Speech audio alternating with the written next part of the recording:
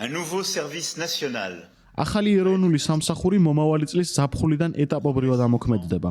მას სამი საკვანძო მიზანი აქვს: გავაძლიეროთ კავშირი ჩვენს ერსა და ჯარს შორის, გავზარდოთ ჩვენი ეროვნული მედეგობა და მოვახდინოთ ჩვენი ახალგაზრდების კონსოლიდირება მათი გაწვრთნით.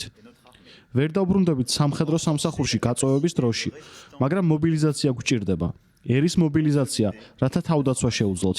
არა რომელიმე კონკრეტული მტრის წინააღმდეგ, არამედ იმისათვის, რომ ვიყოთ მზად და გვცემდნენ პატივს. ეროვნული სამსახური განკუთვნილი იქნება ახალგაზრდებისთვის, ფრანგი ქალებისა და კაცებისთვის, რომლებიც გამოთქვავენ ნებას შეუერთდნენ მას.